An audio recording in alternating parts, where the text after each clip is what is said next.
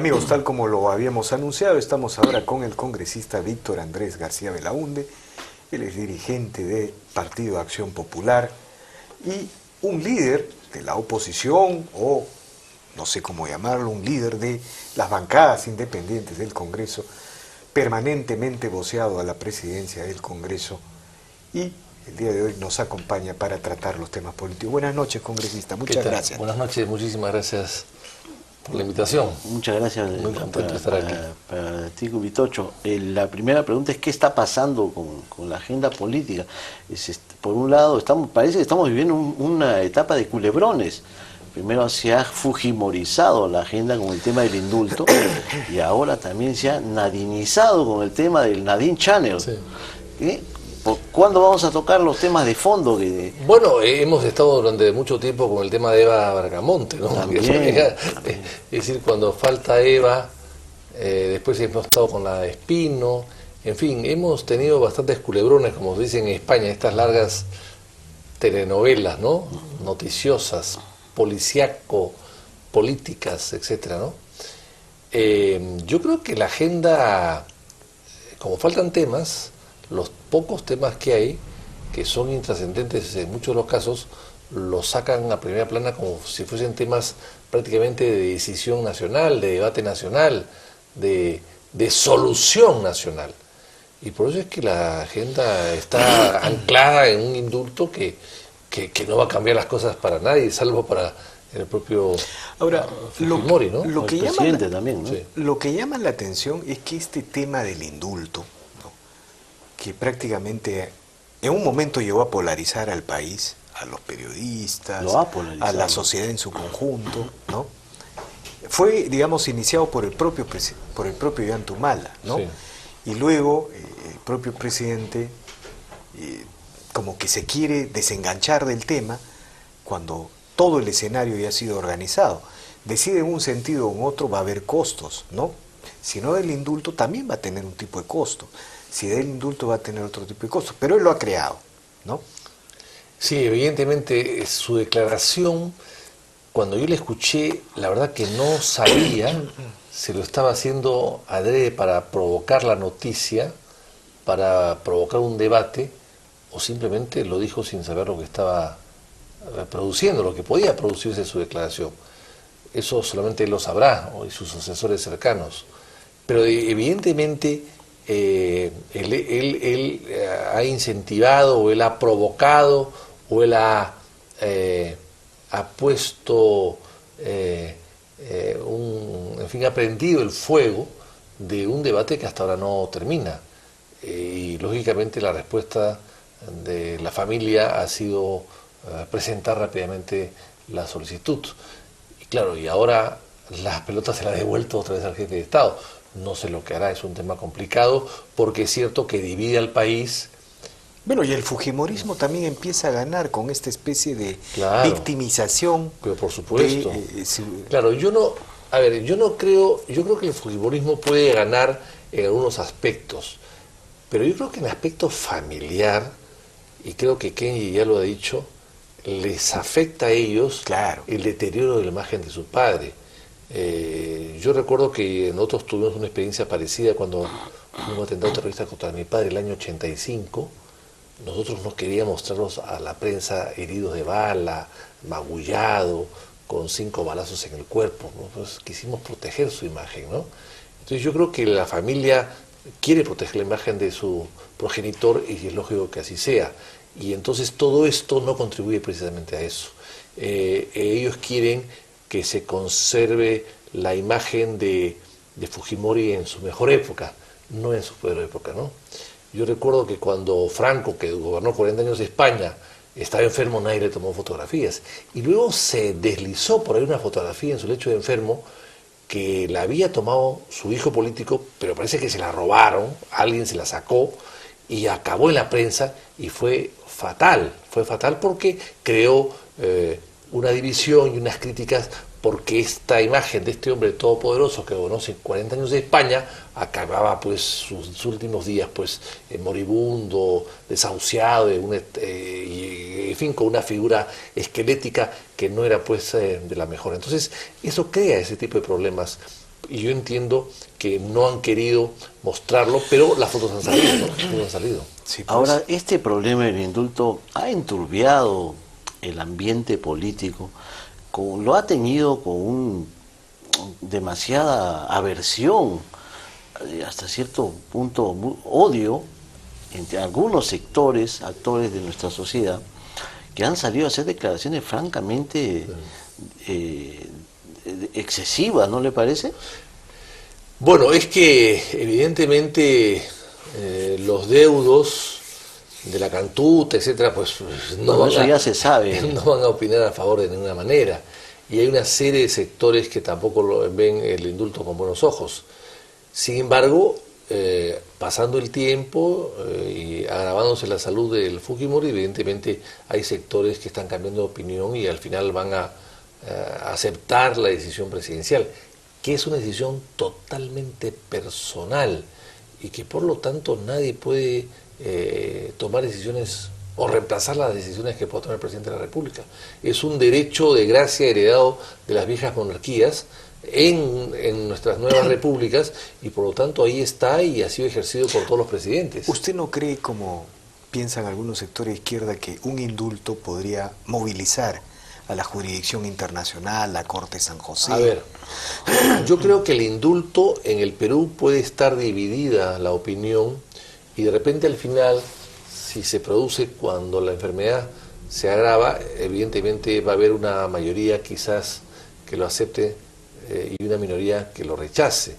Pero la minoría que lo rechaza es más belicosa que la mayoría que lo va a aceptar en el Perú. Ahora, lo que yo sí creo es que fuera del Perú, la condena internacional no va a entrar en disquisiciones y va a ser, creo que casi unánime. Y eso es lo que debe estar pensando muy bien Ollanta antes de tomar una decisión. Ahora bien, el presidente del Consejo de Ministros y la ministra de Justicia, que son de izquierda, ya han adelantado opinión en contra del indulto, ¿no? Claro, claro. Eso indica que el presidente corre riesgo de afrontar una crisis política en su gabinete en caso de que tomara la decisión a favor del expresidente Fujimori. Claro, claro. Estas personas y otras más han luchado constantemente por los derechos humanos, etcétera. Han sido miembros de organizaciones ONGs de izquierda, ONGs, ¿no?, que han tratado el tema desde mucho tiempo atrás, por lo tanto no van a cambiar de parecer porque son ministros o primeros ministros, o sea, no van a cambiar, van a tener que seguir con su propia línea, ser coherentes consigo mismos y por supuesto que renunciar en caso de que eso se produzca, ¿no? Ahora, hablando del indulto... Además, la renuncia tendrá que ser antes de la firma del decreto, porque ellos tienen que firmar el decreto. Bueno, sí, pues el indulto le parte el gabinete al presidente, seguramente le va a crear problemas en sus propias relaciones en el Parlamento y también con un sector de la calle, ¿no? Bueno, ese es el tema, o sea, pero por otro lado, el indulto le puede abrir un abanico de alianzas y de posibles, pero en fin.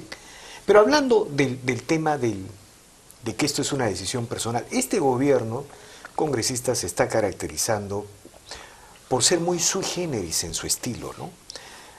Por ejemplo, no hay una figura fuerte como Alan García. Digamos, a Toledo se le criticaba muchas cosas, pero tenía una red de consejeros, de asesores, de filtros, o tenía un primer ministro fuerte, eficaz como Kuczynski. Al propio Fujimori se le puede criticar muchas cosas, pero tenía una red de asesores. Sí, sí. Este gobierno no tiene eso y tiene un gabinete débil y por otro lado hay un protagonismo que ya va a ser parte de la sociología seguramente de la primera dama, ¿no? Entonces, ¿cómo ve usted a este gobierno, ¿no? Digamos, un gobierno que aparece muy frágil, pero que tiene un estilo muy centralizado de decisión en la llamada pareja presidencial. Efectivamente es un gobierno que se ve aparentemente frágil, con poca experiencia, con poco manejo, con poco oficio, pero curiosamente cuando tú conoces cuáles son tus defectos, tratas de alguna manera corregirlos o cubrir los vacíos que puedas tener, pero no los está cubriendo, porque las personas que ha llamado para integrar el gabinete en general, y sobre todo los primeros ministros, son personas que no tienen ninguna experiencia política, que se están haciendo camino al andar. El caso de Toledo era diferente porque trajo a gente de mucho peso, Beatriz Merino, el propio Kuczynski, Roberto Dañino, en fin. Tú veías ahí que había recursos para paliar cualquier crisis, para enfrentarse a los problemas en ese momento. Y en el propio García, él mismo tenía una gran personalidad, un peso y un volumen, además que se veía mucho peso, a larga vista, sin necesidad de acercarse mucho a él, pero tenía también operadores políticos interesantes. El propio del Castillo lo hizo en su momento, y Velázquez Gesquén también, y Yehude de Simons también. O sea, tú tenías ahí gente que eran buenos directores de orquesta. Todo eso no se ve ahora. Y además la figura presidencial de Ollanta no es García, no es el hombre que domina la escena, que llena la escena en el sentido figurativo. La primera dama parece llenar. Y que García, si bien había una primera dama muy carismática, ¿no? muy carismática, muy señora, pero era pues de perfil muy bajo, como Pilar Nores, que es una gran dama evidentemente, pero de perfil muy bajo. Ahora tenemos también a una dama importante, a una mujer muy inteligente, muy carismática, pero que quiere llenar un espacio y que está llenándolo a costa del vacío que se produce el propio gobierno de su marido, con un costo político que puede venir después. Las facturas siempre se pasan después. Primero se come la entrada del segundo y el postre, y después viene la cuenta. La cuenta va a venir después en algún momento. Y no sé si será abultado o no. Y entonces eso es lo que está pasando ahora. Eso es lo que está pasando. Y es verdad, la señora Heredia tiene legítimo derecho a tener aspiraciones políticas, pero ¿en qué medida? La pregunta es, ¿en qué medida este exceso de protagonismo afecta una institución tan importante para el sistema democrático como es la institución presidencial? Te ruego que me respondas después de la pausa, porque tenemos que ir a una pausa, pero antes viene Patsy. Amigos, ya estamos de vuelta, esto es Ajuste de Cuentas, está con nosotros el congresista Víctor Andrés García Belaúnde. Hablamos sobre el tema del protagonismo de la primera dama. ¿En qué medida este exceso de protagonismo afecta a una institución tan cara para nuestra democracia como es la institución presidencial, congresista? Bueno, en realidad las primeras damas que han habido en el Perú, hay algunos que han intervenido bastante y otras que no. Por ejemplo, hubo una virreina, y cuando su marido, el conde Lemos, se fue a la guerra, ella se quedó al mando de todo, y luego cuando regresó y falleció, ella se quedó 3 años en el juicio de residencia para responder por las cosas que le achacaban a su marido. Así que eso es de la época de la colonia. En el caso de la República han habido muchas damas, primeras damas interesantes. Una de ellas la mujer del mariscal Gamarra, que según parece sesionaba el Consejo de Ministros. Ella también se sentaba al lado de su marido. O sea, era la precursora de Nadine Heredia. La mariscala. La mariscala. Ella se sentaba al lado. Y bueno, y tomaba muchas decisiones, era una mujer de mucho carácter. Y después han habido otras más light, con perfil mucho más bajo, como la esposa, Pancha Descanseco, la esposa del mariscal Castilla, y después otras más, ¿no? Yo recuerdo que cuando llegó a Lima en 1876 la mujer de Prado, del general Prado, Prado salió en un buque hasta la isla San Lorenzo a recibirla, y llegó al Callao con su mujer, y hubo tropas que le rindieron honores y cantaban una serie de músicas y de marchas, y se embarcaron con ellas en el tren que iba del Callao a Lima. Un poco exagerado, pero ahí está, ¿no? O sea que no estamos ahí experimentando cosas nuevas, ya la historia es eso. Y después hubo señoras distinguidísimas de Lima, como la señora Paquita Benavides, esposa del mariscal Benavides, que también hizo una serie de jardines de infancia, de huérfanos que todavía existen. Hay uno en Ancón, hay otro en Chorrillos, etcétera. María Delgado de Odría. Después la más famosa María Delgado de Odría, que fue candidata a la alcaldía de Lima contra Bedoya, claro, y Bedoya ganó. Pero claro, su marido ya había dejado de ser presidente de la República. Entonces, y después, bueno, han habido mujeres que han destacado, Pocha Velasco, que acaba de fallecer, la señora Velasco, que acaba de fallecer, le decían que todo el día estaba viajando. El marido nunca viajó, el general Velasco, pero ella viajó todo el día. Le decían que viajaba mucho, ¿no? La novicia voladora, creo que le decían. Entonces, bien, ha habido muchas historias, y en el caso de Belaúnde, en su primer gobierno no hubo mujer, era divorciado, y en su segundo gobierno Violeta hizo una gran labor social, pero también de muy bajo perfil. Nunca salía, nunca quiso declarar. En el caso de Violeta Correa, todo el mundo sabía que ella tenía mucha influencia sobre el presidente de la República, pero ella siempre se cuidó de no hacerlo notar y de mantener un perfil muy prudente. Yo he estado presente cuando decía, Fernando, creo que esto podría ser, creo, te sugiero, pero nunca nada más. Ahora, el problema en el caso de Nadine Heredia es que todo parece indicar que hay hipercentralizado, y es una súper asesora, ¿no? Digamos, a ver, si tuviéramos que hablar de Toledo, es un Juan de la Puente, un Juan Cheput, todo junto, ¿no? Es junto. Y si tuviéramos que hablar de un Fujimori, es un Absalón Vázquez, un Yoshiyama, un Santiago Fujimori. Pero sí, no un Montesino, ¿no? No, claro. No, eso sí está claro. No, estamos... Montesinos era fatal, ¿no? Montesinos es cosa aparte, ¿no? Lo que estamos hablando es de estilos de gobierno, ¿no? De estilos de gobierno. Entonces, ella es, digamos, incluso se dice que el relevo del gabinete Valdés, ¿no? Y el nombramiento, bueno, el relevo del gabinete Leer, del gabinete Valdés y el nombramiento tiene que ver mucho con ella, ¿no? Entonces, esto está creando un problema político de gobernabilidad, objetivamente. Digamos, si tuviéramos que hacer una autopsia del modelo, uno diría, hay un problema político de gobernabilidad, y por otro lado, está debilitando la figura presidencial de alguna manera, ¿no? ¿Cómo cree usted que va a terminar? A ver, yo creo que si la influencia es buena, en buena hora, que siga adelante, digamos, si la influencia es buena, bueno, tampoco podemos, digamos, criticarla. Sin embargo, es una influencia que podría convertirse en maligna después, por lo que mismo ustedes han dicho, es decir, que puede debilitar la institución presidencial. Y eso es mucho más grave que cualquier buenos consejos que se pueda recibir. Pero, por ejemplo, ahora se nota a ministros, vamos a ser prudentes, ¿no?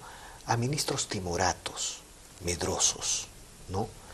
Se dice, por ejemplo, que el primer ministro no toma grandes decisiones por temor a recibir una negativa del despacho de la señora Nadine Heredia, ¿no? Yo esas cosas, como yo no soy parte del gobierno, no lo sé. Pero lo cierto es que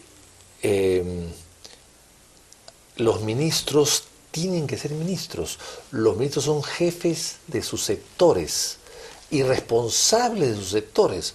No pueden aceptar ni permitir, si saben ellos de política, que haya introducciones o designaciones o instrucciones que seguir que no sean las estrictamente del presidente de la República. Finalmente ellos responden ante el país, ante el Congreso y ante el presidente.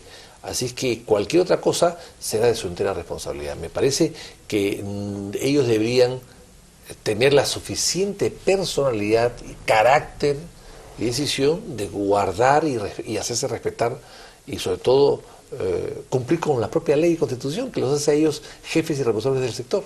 Así es, da cosa, como dicen los chicos, ver cómo los ministros se cuadran delante o detrás de la primera dama ante las cámaras de televisión. Yo lo he visto y me he quedado sorprendido. Bueno, pero hay quienes creen que la primera dama está empeñada ya en hacer su campaña para el 2016.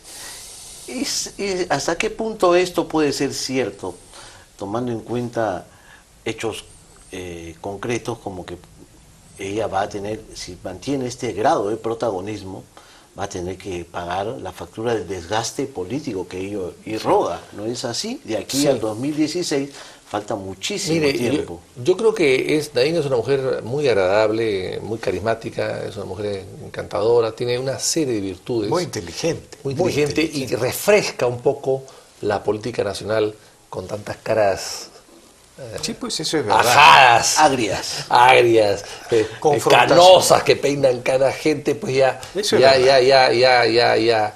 de muchas vueltas, ¿no? De muchas vueltas.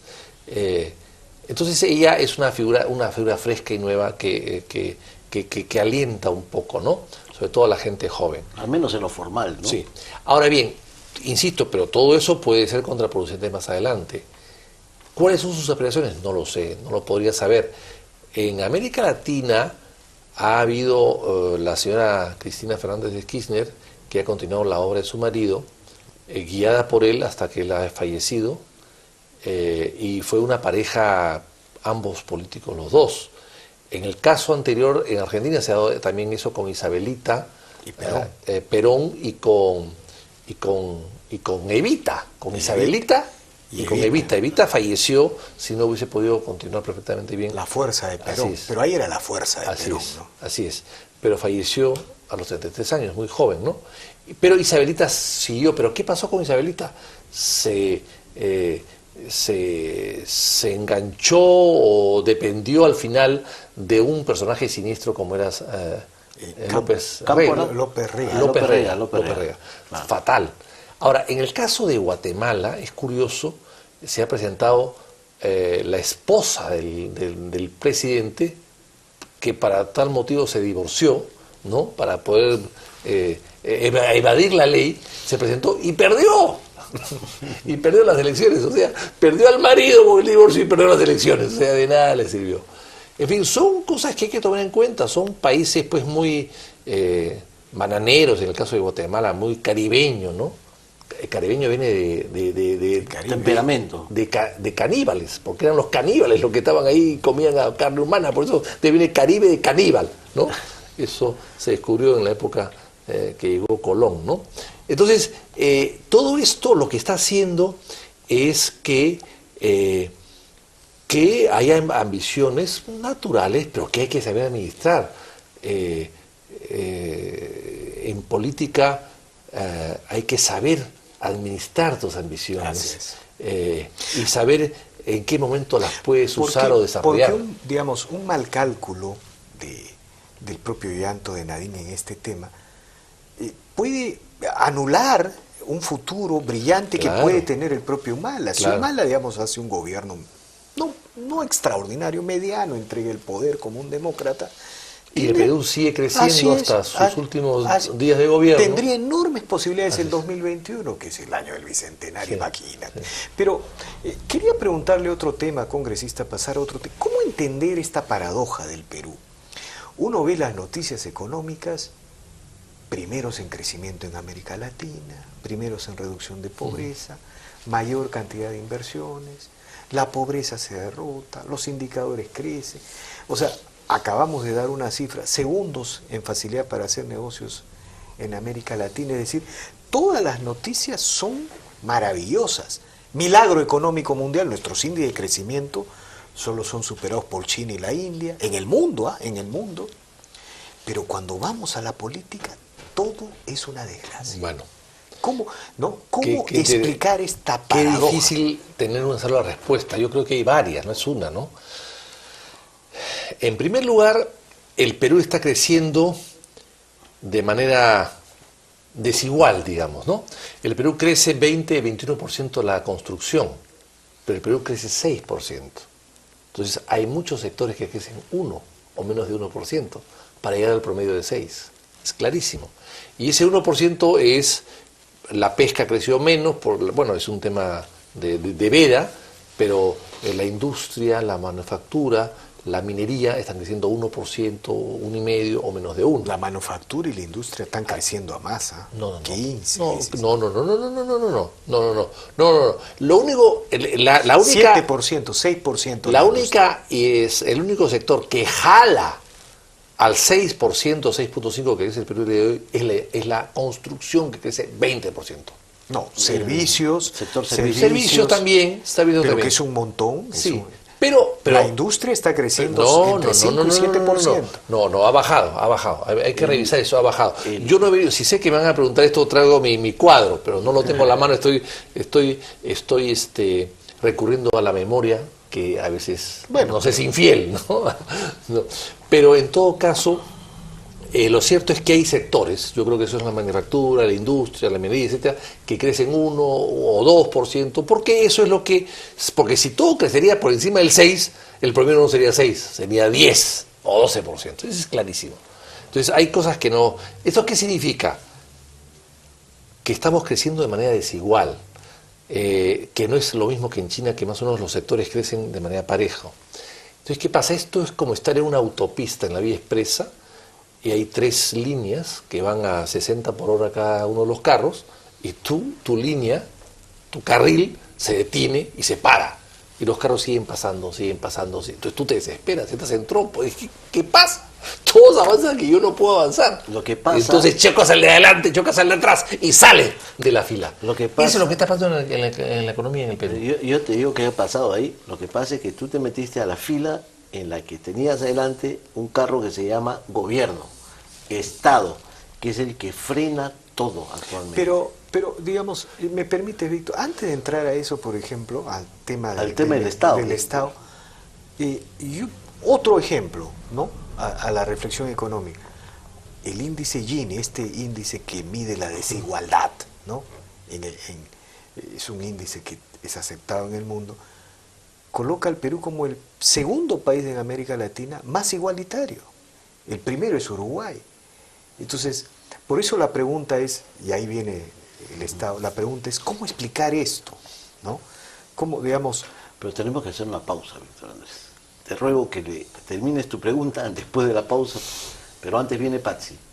Bueno, le preguntábamos a don Víctor Andrés García Belaúnde las causas de esta diferenciación entre buenas noticias económicas y terribles noticias políticas.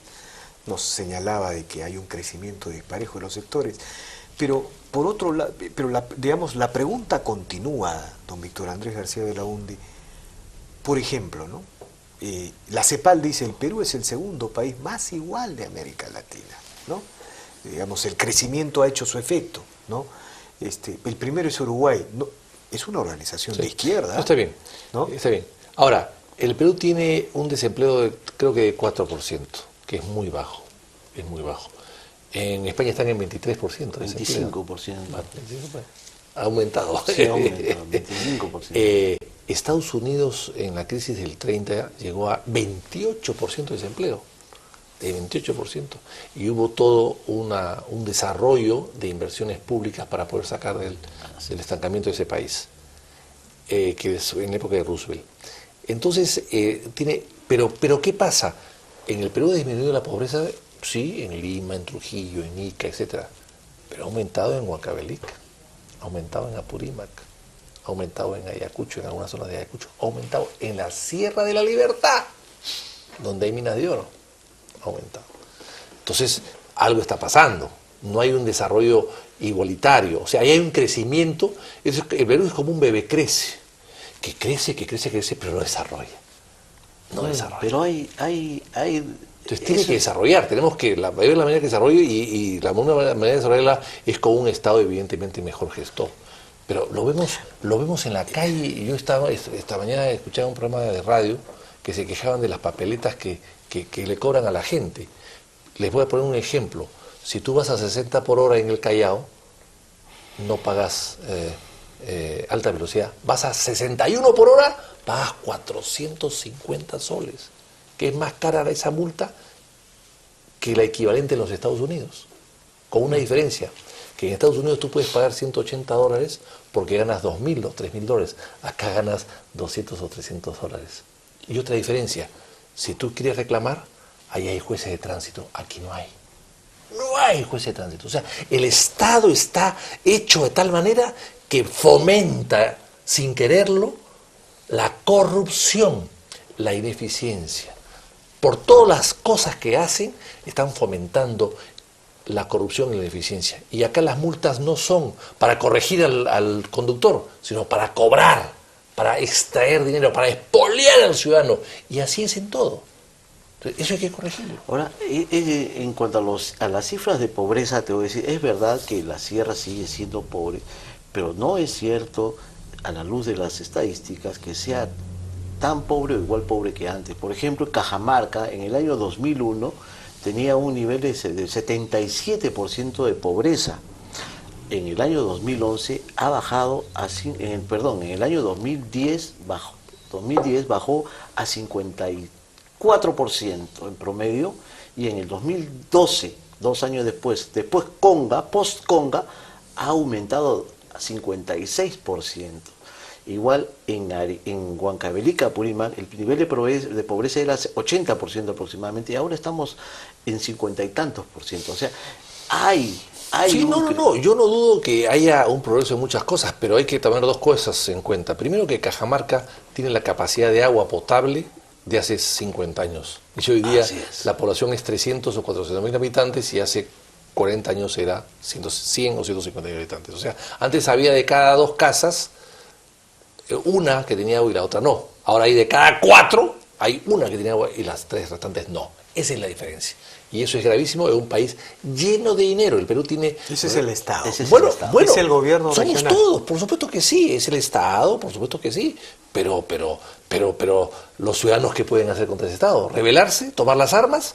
¿Irse a hacer una guerrilla? No, pues, o sea, el Estado tiene que darse cuenta que tiene que reformarse. Finalmente el Estado, sus jefes, se cambian cada 5 años y deberían saber, cuando entran, qué cosa es lo que tienen que hacer. El señor Santos ha devuelto 1.200 millones de soles en Cano. Pero eso tampoco es responsabilidad. Pero hay que ver, hay un pueblo, aquí hablan de la jubilación, las AFP, 65 años. Sin embargo, hay un pueblo, en Huancavelica, que se llama, ahora recordaré el nombre, donde el promedio de vida es 51 años de edad, como era en el Perú o Lima el año 1850.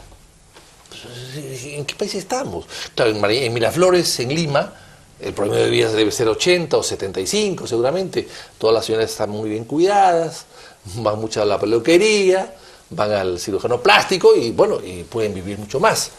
Pero en la sierra no es así. Entonces hay un desarrollo o hay un crecimiento no igualitario. Y eso produce insatisfacción en la gente, sabiendo además con la propaganda del propio gobierno que dice que crecemos, que hay más dinero. Entonces esa propaganda dice, si estamos tan bien, ¿por qué yo estoy tan mal? Es que ahí el gobierno se cuelga del avance del mercado y de los éxitos del sector privado. Congresista, pero digamos, esa es la única explicación para este divorcio entre política y economía. No, yo creo que digamos, todo un poco. Los partidos, por ejemplo. Yo creo que no hay una respuesta, hay varias respuestas, ¿no? Por ejemplo, los actores, los partidos políticos no están entendiendo lo que está pasando en el Perú, ¿no? La pregunta es, ¿hay partidos políticos? Bueno, esa es la pregunta. Yo soy parte de un partido político, y en mi partido hay gente en todas partes, en todo el Perú, pero no podemos hacer unas elecciones a nivel nacional porque eso vale 500.000 soles. ¿De dónde saca el partido 500.000 soles? Ahora, el tema ese es el problema. ¿Dónde hay? ¿Cómo hacemos una elección nacional para elegir a nuestros candidatos o a nuestros secretarios generales, que es una cosa elemental de democracia interna, si los militantes no tienen plata para sufragar todas las elecciones a nivel nacional, que es unas elecciones parecidas a las que es el jurado, más chiquitas, de una sola mesa, pero de una sola mesa en cada provincia y en cada distrito, que son 2.000 distritos. Entonces, eso cuesta. ¿Quién hace eso? Eso es parte de la reforma del sistema de representación política, que es un tema que está en la agenda del Congreso de la República y que ha sido discutido y ofertado por todas las organizaciones políticas. ¿Por qué el Congreso de la República? ¿Por qué las organizaciones políticas no son capaces, todos no somos capaces de hacer de una vez por todas esta reforma y fortalecer así la institucionalidad política? Cuando se funda la República el año 22, el primer Congreso peruano tenía 80 miembros y el Perú tenía 1 millón de habitantes. 80 miembros, 1 millón de habitantes. Había prácticamente en Lima, cada 14.000 habitantes de Lima tenía un diputado. Hoy día somos 30 millones de habitantes, hay 130 congresistas, entonces eso significa que por cada 250.000 electores hay un congresista. O sea, que no hay representación. Hay que cambiar todo.